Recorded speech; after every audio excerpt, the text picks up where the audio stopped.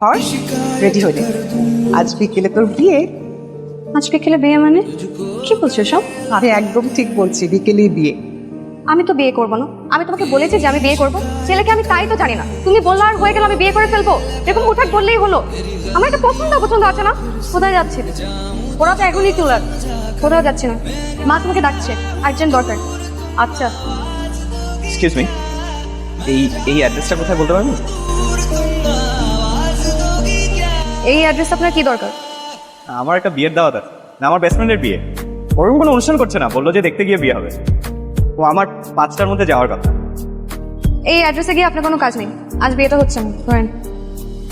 কেন? কারণ কনে বিয়ে থেকে পালিয়েছে, তার বিয়েতে মত নেই। এদের বাসা থেকে পালিয়ে গেলি কিভাবে পালি? আমাকে বলেছি তুই সবার সামনে কিরকম ছোট। তুমি কি পাগল মা? জানিয়ে গেলে সেটাকে কি পালানো বলা হয়? ও তাও তো। আচ্ছা বস, খাবার দিচ্ছি। তোর যে ছেলেটাকে পছন্দ না, এটা আমাকে আগে বললেই হতো। আশ্চর্য, এই ছেলেটার সাথেই তো রাস্তায় আমার প্রথম। সেটা আমাকে মিথ্যা বলবে। আসতে পারি? জি আসুন। ঠিক, কালকে আমার আপনার সাথে বিয়ে হওয়ার কথা ছিল, আপনি আমাকে মিথ্যা বললেন কেন? আপনার সাথে কথা বলতে ইচ্ছে হচ্ছে, তাই একটা ওষুধ বানিয়ে নিলাম। আর আমি যে বিয়ে থেকে পালিয়েছি, আপনার আমার উপর রাগ হয়নি? রাগ কেন হবে? আপনার বিয়ে করতে ইচ্ছে হচ্ছিল না, সাহস করে পালিয়ে গেছেন, এটাই তো ভালো। উল্টা নিজের ইচ্ছার বিরুদ্ধে বিয়ে হলে সেটা খারাপ হতো। চেনেন না, জানেন না, যাকে তাকে বিয়ে করা যায় না। আচ্ছা আজকে আসি। আবার আসবেন কিন্তু, মানে এমনি এমনি না, অসুস্থ হলে তবে আপনাকে ডিসকাউন্ট দেবো।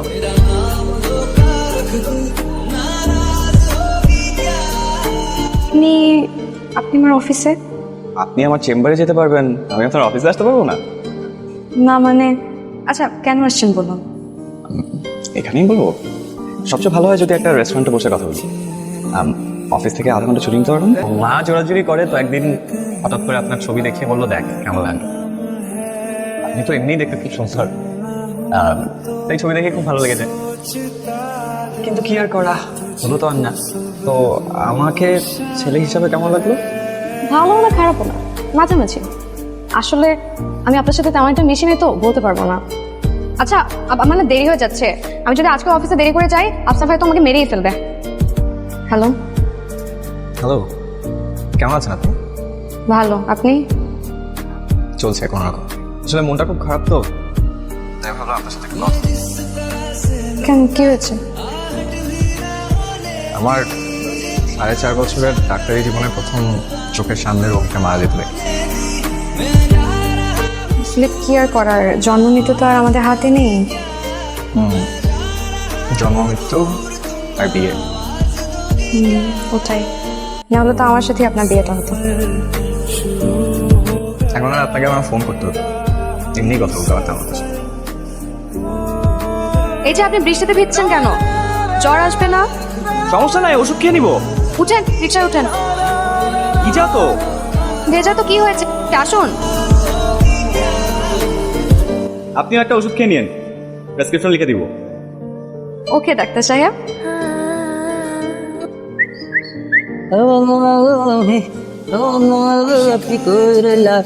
চলেন না প্লিজ, এখান থেকে যাই। আচ্ছা আমি বুঝতে পারছি, আপনি জানেন এই এই এই- মানে এই পানি কেন সবুজ?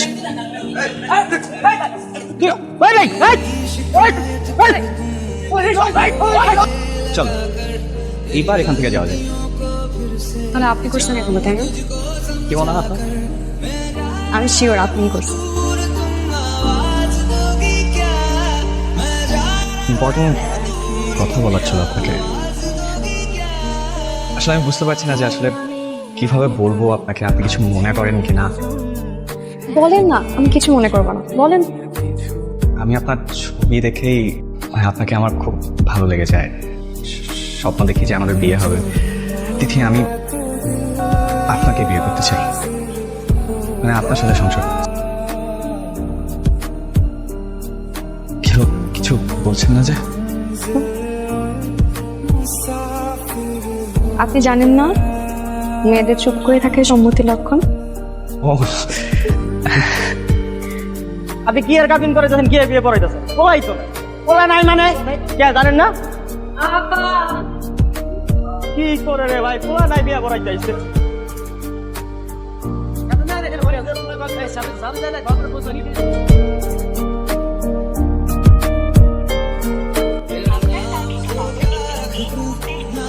কি ভাই আসতেছেন কে? না ভাই এমনি। আরে ভাই কি হয়েছে কর না বিয়ে বাড়িতে পলাইছেন না? আরে না না ভাই, শেরওয়ানি আর পাগড়ি পইরা গেছিলাম বিসিএস পরীক্ষা দিতে, পারি নাই কিছু, পরে চলে আসি। মেয়েদের একটা অদ্ভুত গুণ আছে জানেন,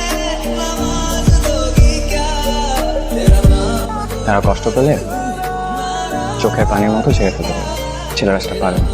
আপনি জানেন মা আমাকে যখন আপনার ছবি প্রথম দেখায় আমি কি ভেবেছিলাম মেয়েটার চোখে এত মায়া, মেয়েটা এত কিউট। বিশ্বাস করেন আপনার ছবি দেখে আপনার প্রেমে পড়ে আমি আবুডুবু খাচ্ছি। আর বিয়ে করতে গিয়ে যখন জানতে পারলাম যে আপনি বিয়ে ছেড়ে পালাচ্ছেন, তখন ঠিক এরকম কষ্টই পেয়েছিলাম আমি। প্রতিশোধ নিলেন তাহলে পালালেন কেন? শুনেছি বিয়ের পরে স্বামী স্ত্রীরা সুখ কষ্ট সব সমানভাবে শেয়ার করে। আজ কষ্টটা শেয়ার করবেন।